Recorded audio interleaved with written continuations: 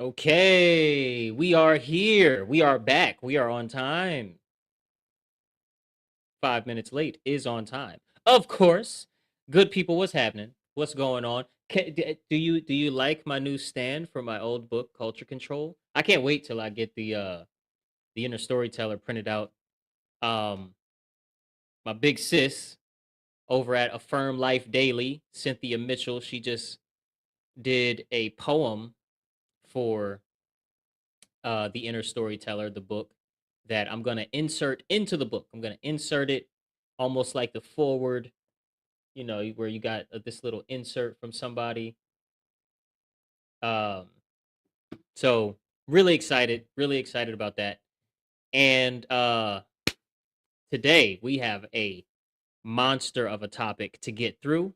I definitely prepared a real script for today's episode, and it's just about time to lay to rest some stories that have never, ever really served us, and to write our own stories that do serve us because we're the ones designing them, right?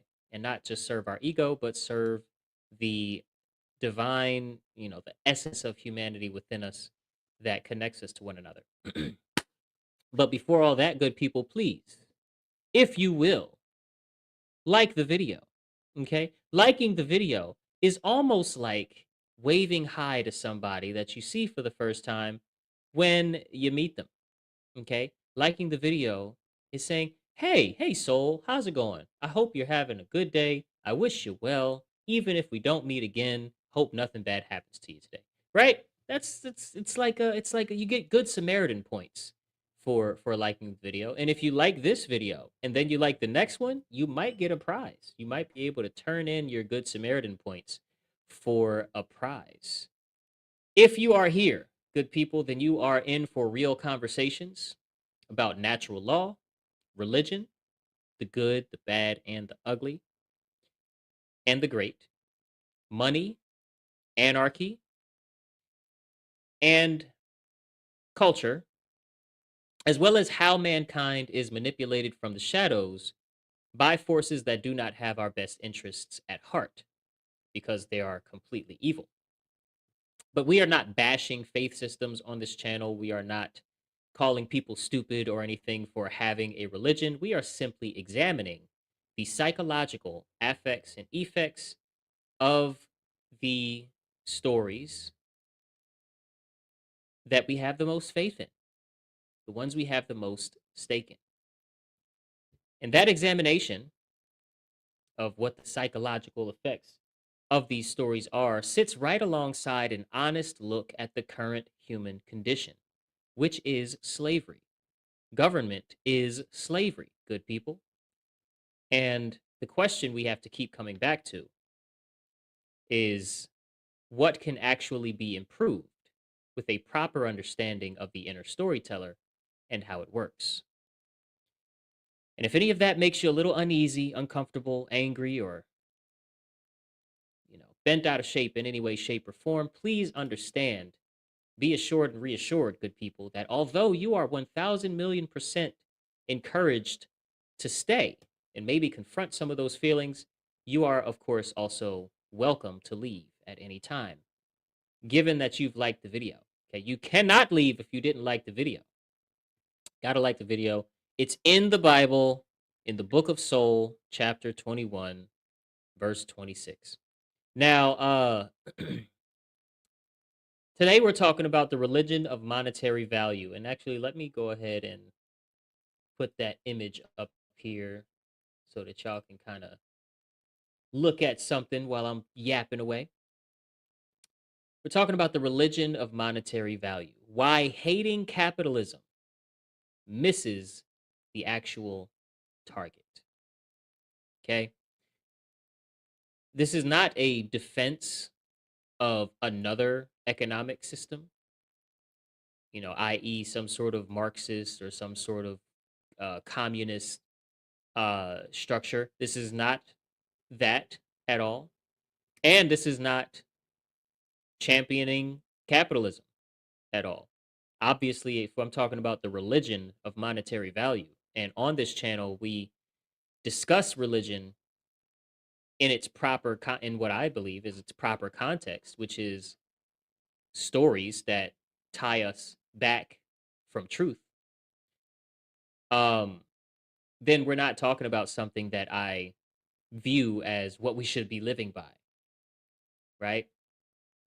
And it's also not some sort of whimsical, like, tune in to today's episode, because we are going to actually explore my response to the modern take on hating capitalism.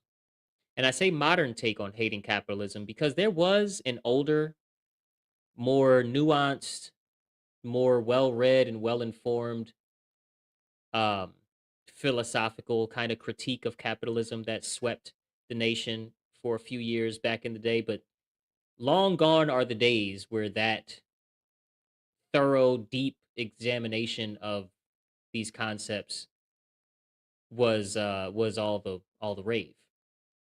Right now, it's more so like TikTok brain, where you get a lot of people who do some research, maybe for a couple days, possibly using AI to speed it up.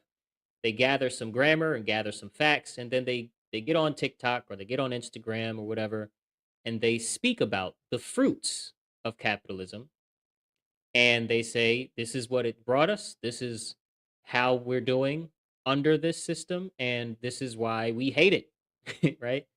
And so my response to the modern hatred of capitalism is not championing capitalism or any monetary system whatsoever, economic system. It is simply examining stories that we have the most faith in. So let's get into it. Let's get right into it. If you hate capitalism, it might be the fact, or it might be the case, that you hate it for all the wrong reasons. I want to start there because I think a lot of people watching this channel, a lot of people on the internet in general, have been fooled. Not maliciously, but definitely systematically. Fooled into championing socialism or communism as the answer to capitalism's problems, right? Universal health care, uh, fixed income or needs based income, or some shit like that. Excuse my language. And I want to I want to walk through why that instinct, why that knee jerk reaction, while understandable, is typically aimed at the wrong target entirely. Okay? So far off the mark. So, the story you were probably told goes a little something like this. Here's the sentiment most people absorb without ever examining it closely. Capitalism is the economic system with poverty built into its design. Capitalism survives on the backs of people working low paying jobs. And if everybody had or achieved real financial stability, those jobs wouldn't get worked and the whole system would collapse. Capitalism is the problem.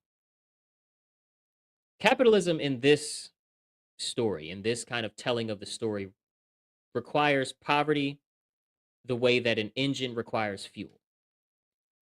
And there is some truth buried in that sentiment. I'm not going to pretend like there's no truth in that way of thinking, in that line of thinking. Okay. But here's what I really want you to sit with today. If I told you that every other economic system that humanity has ever built is cut from the same cloth as capitalism, what might you say? What if I told you that all economic systems are cut from the same cloth, i.e., result in the same outcome? What if communism, socialism, capitalism, monarchical taxation, and redistribution and every other known form of economic structure all operate on the same underlying requirement, which is a separation of two basic classes of people called the haves and the have nots. Not as a side effect of one particular system's flaws, of course, but as an actual operating system or the actual operating mechanism, okay, underneath every system, regardless of whatever it calls itself. Let me give you two examples, two different ideologies with the same result to kind of illustrate this broad point before we narrow in on some things here. Let's ground this in something concrete. Let's look at feudal Europe. That's kings, royalty families in Europe. From roughly the 5th century through the Renaissance, okay, a rigid hierarchy governed the lives of nearly everyone on the continent of Europe. Rigid hierarchy, set classes of people. The monarch claimed ownership of all of the land within his territory, and he distributed pieces of it downward to nobles in exchange for loyalty, military service. Those nobles distributed smaller pieces further down to lesser nobles and vassals. And then at the very bottom sat what was known as the serfs, SERFS, the serfs. Serfs are people bound to the land that they worked with no right to leave, performing labor, handing over the fruits of that labor to the people above them in the hierarchy. The separation between the haves and the have nots in a feudal system was total, right? It was hereditary and essentially permanent. You were born into your class and you died in it. Now, look at think Hunger Games, right? You're born into your district, you die in your district. Your district experiences the conditions it experiences. Some districts are way different than others, and that's just what it is, right? Now look at the system explicitly built to be the opposite of that. Let's look at the Soviet communist system. The entire stated purpose of the Soviet project was supposed to be the abolition of class, the abolition of the class system, right? It was the dictatorship of the proletariat. As a matter of fact, I should define that term for the audience real quick. Proletariat is the social class of wage earners who rely on selling their labor for survival, as they do not own the means of production. Okay? So that's the proletariat. So the Soviet system was supposed to be the dictatorship of the proletariat. From each according to ability, to each according to need. Right? And we're not gonna get heavily into Marx himself in this episode because he probably requires multiple episodes, probably within the framework of the religion of monetary value. I might make this a mini series. We'll call this part one.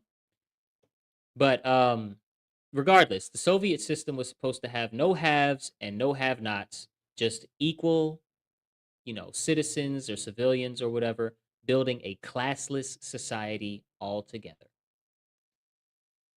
But here's what it actually produced: a privileged ruling class called the nomenklatura, right? Which was roughly 1.5% of the population back then, somewhere around 3 million people.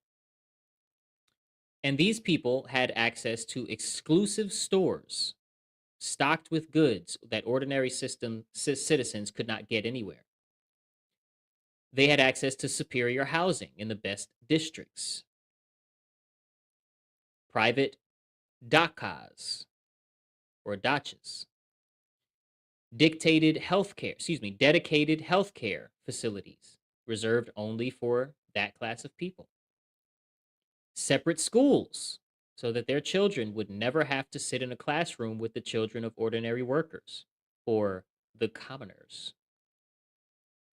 And this wasn't a rumor, this was documented by insiders like Molovendilas, Michael Vasilensky, and others, men who lived inside the Soviet system and in some cases held positions of real authority, and then later wrote in detail about what they witnessed and what they did. So here's a system explicitly designed, or at least stated to be designed, and explicitly market. There you go. There we go. And explicitly marketed as the abolition of the have and have not divide. And it produced the exact same divide anyway.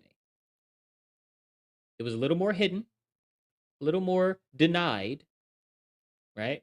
But it was just as real. And in some ways, a little more insulated from accountability than the divide it replaced in the monarchy, because the official ideology claimed the divide doesn't exist anymore. So we see feudalism and Soviet communism, feudalism, monarchy, same thing. Feudalism and Soviet communism share almost nothing in the stated values, the written down, stated, what it's supposed to be like, the values. One celebrated hierarchy as natural and God ordained. I am the king because God willed it so. And if God wills it so, then anybody who questions my kingship is questioning God and it should be dealt with accordingly. Right? And the other claimed to have abolished hierarchy entirely. We distribute the resources needed by the people to the people based on their need from the ability of the ones who are providing it, right?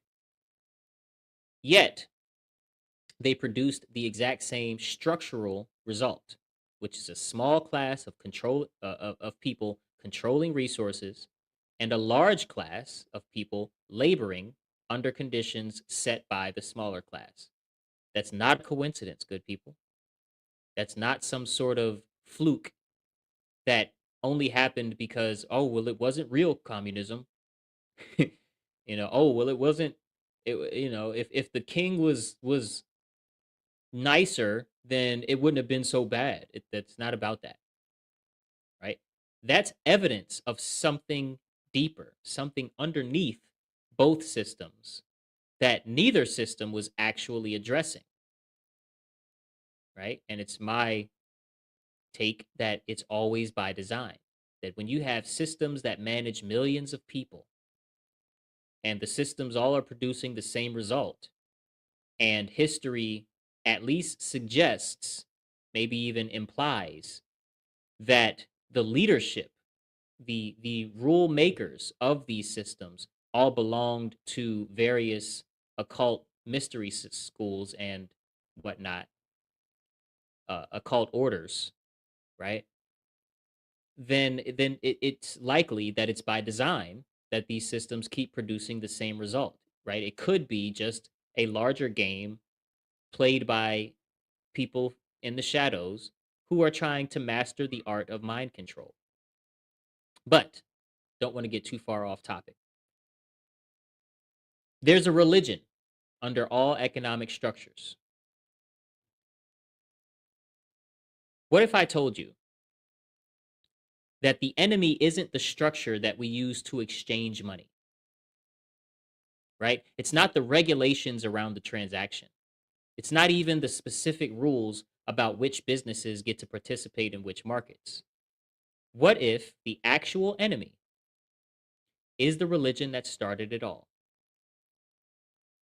I'm talking about the religion of monetary value, the belief system, and it is a belief system, okay, with its own dogma, its own doctrines, its own clergy in the form of economists, bankers, financial media, propaganda wing, um, and enforcement agencies, right?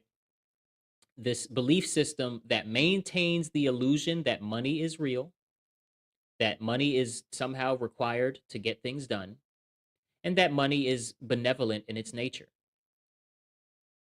Now, I want to be precise here because I'm about to say something that sounds a little maybe extreme for some people who are just not anywhere near this way of thinking. And I want to uh, add some clarity to what I'm about to say. Money is not real. Fact. It never has been. Fact. It has never by itself been benevolent in its design. Fact. And money has never once been actually required by nature to get any project humanity has ever completed done. These are the facts. And here's exactly what I mean by each of those. Money isn't real in the sense that it is a symbol system. Okay? It's not a natural phenomenon.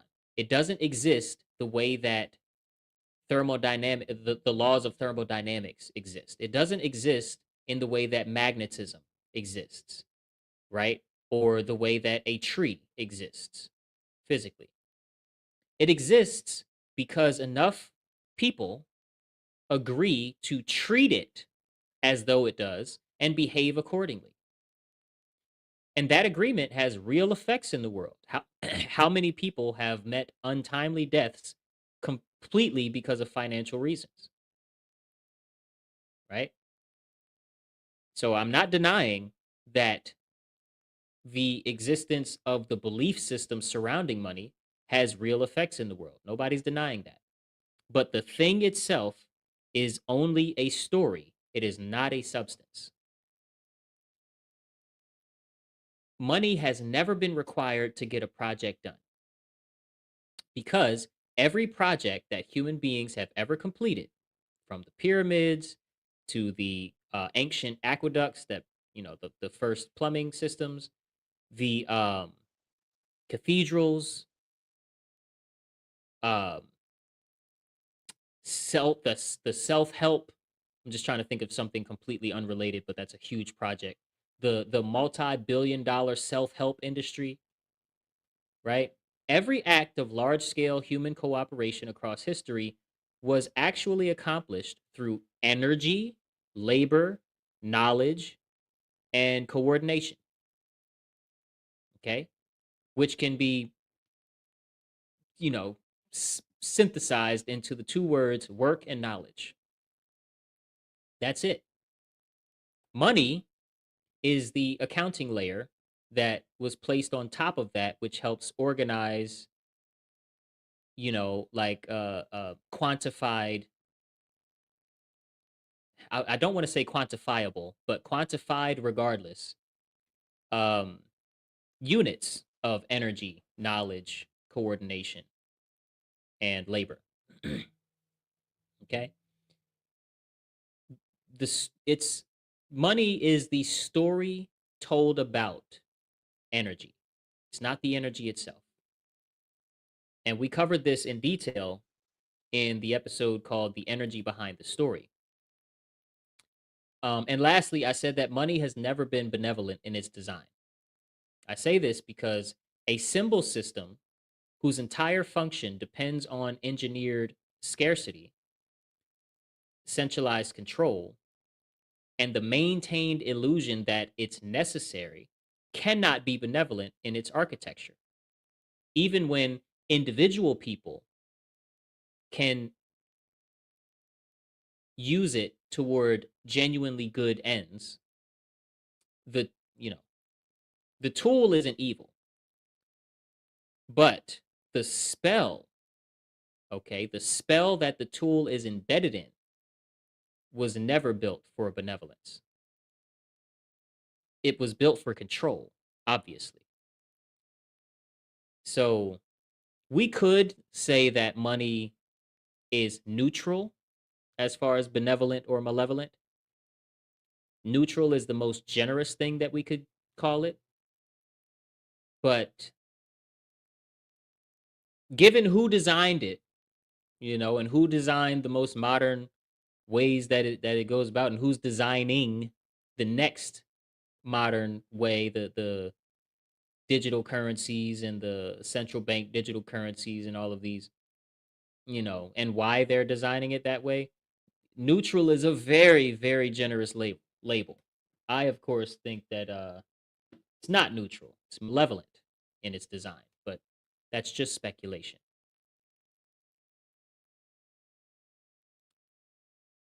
What happens is, as we're growing up, we're born and we know nothing. We know nothing of money, economy, all of this.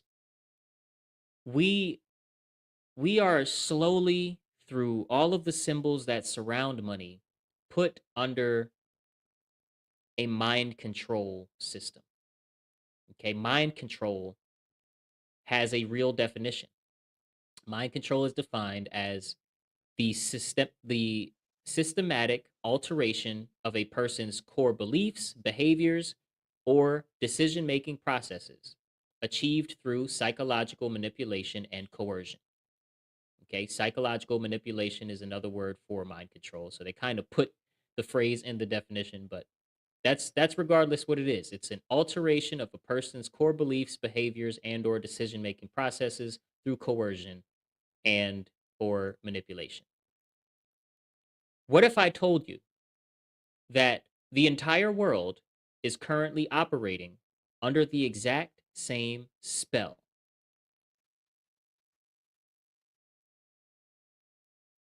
Almost everywhere on this planet, right? With the extremely rare exception of a couple of island populations who were never really colonized in history. You see every now and again something will pop up on a social media site. Somebody caught some video of some people in one of these islands that's never been colonized. These dark skinned people who walk around with spears, okay, or whatever happens, right? But there's often spears in the video, spears and bow and arrows. With the rare exception of these island folk who have never been brought into the uh, you know brought into contact with the belief system of the religion of monetary value, humanity as a family operates under the spell of the religion of monetary value. The same spell, the same fundamental belief that this symbol system is real, necessary, and legitimate, and the legitimate gatekeeper of access to abundance. And the abundance already exists independent of the money, but money is the legitimate gatekeeper to access to the abundance. Right? Now, when you say it like that, it sounds ridiculous. But go try and access abundance without money and see what kind of response you get from the world under the spell. Try to tell them it sounds ridiculous. And here's a caveat that makes the spell very durable, and kind of what I was just getting at with my little comment there about, well, go out and try to access it without money. Most people under the spell have been given defenses or stories that they believe to be true, specifically designed to direct their thoughts away from the truth about money and to direct their minds away from the stillness that would be required to see money for what it really is. We are given defenses. We are given mental defenses in the form of stories that we tell ourselves over and over and over again, and that society tells us over and over and over again. And eventually, our own children tell us over and over and over again. And these defenses are designed for us to use them to fight against our own exploration into the truth about this tool. We've been handed the tools to defend the false story before we were given the tools to examine money itself. But God gave us free will, and the only time is now, which means if there's a way to break the spell, then all it requires is choosing to break the spell, the choice, right? From there, you have to gain the knowledge that contradicts what you were told and use that knowledge to get closer and closer, or to, implement that knowledge to live more and more aligned with the actual truth within reason, right? Without just trying to go out and access all of the abundance without money in a world where the whole world is under the spell. All right. And there's also what I haven't mentioned yet, but I did mention in my book, Culture Control. There's also a third class of people. And we haven't talked about this third class of people because the current paradigm that we live under is the haves and the have nots, right? And so with the haves and the have nots paradigm, we have to address where people are at. But now I'm going to introduce this third class and go a layer deeper from the current framing. In my first book, Culture Control, this wonderful, beautiful book right here, um, I describe three classes of people. First class is those who have little to no money. That'd be the 99%, that'd be us, right? Those who, when we were kids, rent was $600 for a house. You paid $600 to rent a house when we were growing up. And, now it's 2,500 or whatever. The second class is those that have a lot. Those that have a lot of money. Okay, whether you got it legitimately or you got it through dirty hands, whatever, or you're an artist, whatever. Those that have a lot live a completely different lifestyle and have experience a completely different experience than those who have little to no money. So it's a second class of people. And the third class of people, which would include everybody from, let's just say, I don't know, 100,000 heirs, maybe 300,000 heirs and above, all the way up to Elon Musk, the first trillionaire. Okay, they have a lot, and there's a lot of people in that class as well. Nowhere near as many people as the poverty class, but they have a lot, and they have a lot of people.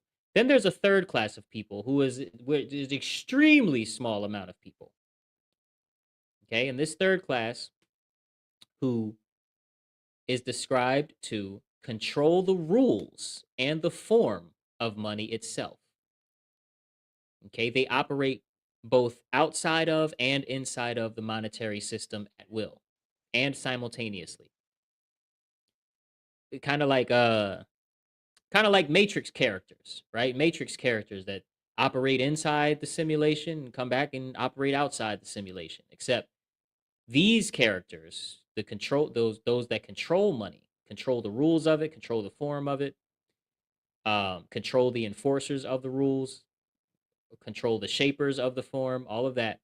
The controllers of the money system obviously are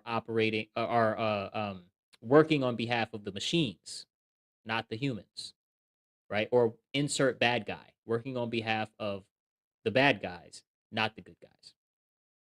Okay. Um, boom. For the dark occult order giver class, the unelected top of the food chain with the entire global market under their personal jurisdiction, this third class is not simply wealthier than the haves. Okay. They are the spellcasters, a system this artificial, this constructed out of thin air, this dependent on maintained belief. Okay, the religion of monetary value cannot exist without its creators and the families and the legacy of those creators constitute a class of their own, entirely separate from ordinary wealthy people. To us, looking from the outside, they may appear to be just very, very rich, the very, very well off haves. living amongst the have-nots. But the haves, even the very rich ones, billionaires, okay, Kanye West, the haves are under this third class's control just as completely as the have-nots are. The difference is visibility, right? The difference is power also. I mean, just watch what happens when somebody questions the actions of a country, an institution, a leader, or someone who operates under this third classes, the controller classes protection. You immediately get media figures to attack from multiple directions at once, as if everybody just started thinking the same thing, right? Jobs disappear, people lose their jobs. Platforms get pulled, people get deplatformed, right? And it doesn't matter if you're wealthy. If a wealthy person, a have by our framework, challenges someone or something that the controller class does not want challenged, even though they're a millionaire, a billionaire, whatever, they either lose a significant portion of their wealth and like get demonized in the media and all of that, or get deplatformed entirely, sometimes die. Okay. We're talking artists, podcasters, politicians, public figures of every kind, across genres, across decades, scientists, right? Think of the water powered car conspiracy, you know, um, free energy, right? With no obvious reason to coordinate a shared story, these people who have challenged the agenda of the controller class have described the same mechanism attacking and sometimes successfully taking their wealth and making them a have not. That coordinated multi front rapid response is itself evidence of something more organized than ordinary disagreement or market competition would ever produce on its own or could ever produce on its own. The haves were never the top of the pyramid.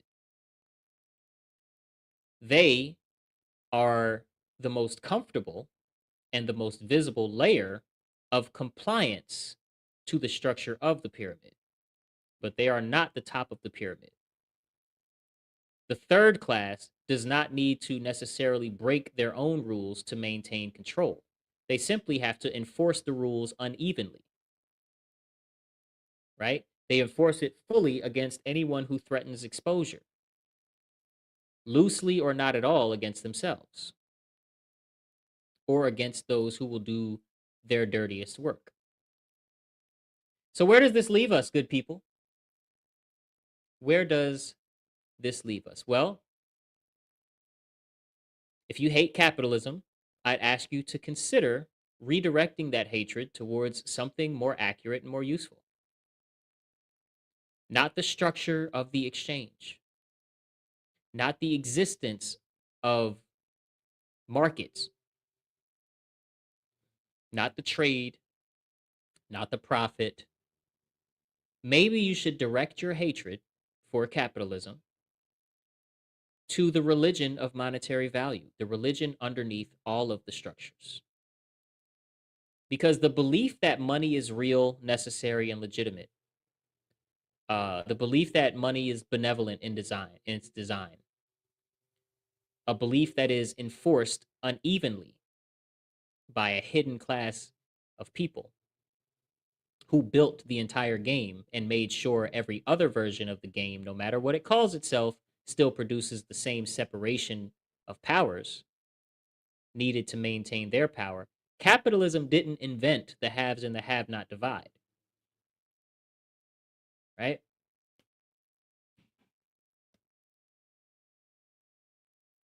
The belief system that money is real, necessary, and benevolent is the tool used to cast the spell, or is the spell used to get us to sacrifice our energy, and labor for their agendas,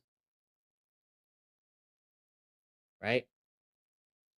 Um, so, like I said, capitalism didn't invent the divide between the haves and the have-not. Neither did, communism solve it, or some sort of socialist Marxist ideology solve that divide.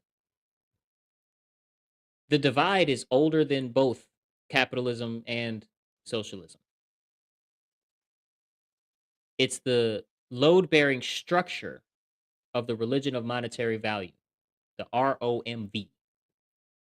And every economic ideology humanity has ever tried is simply a different denomination within that same religion.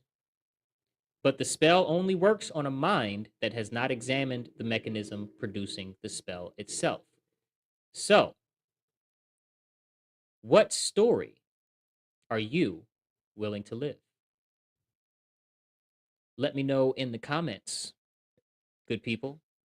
Also, like the video, share it out, subscribe to the channels, the Inner Storyteller channel and the ufuluchild channel. Guys, it has been a super blast having this conversation with you. I do hope that this helps bring some clarity to the religion of monetary value and how it operates and how we operate within it. I also hope that you enjoyed every moment of this podcast. And today is Monday, so I will definitely see you tomorrow. Hit the link tree, this one, to get a copy of Culture Control or The Inner Storyteller, to check out all of our work at ufuluchild. And do I have anything else that I want to announce? I don't think so. Love you guys. See you in the next one.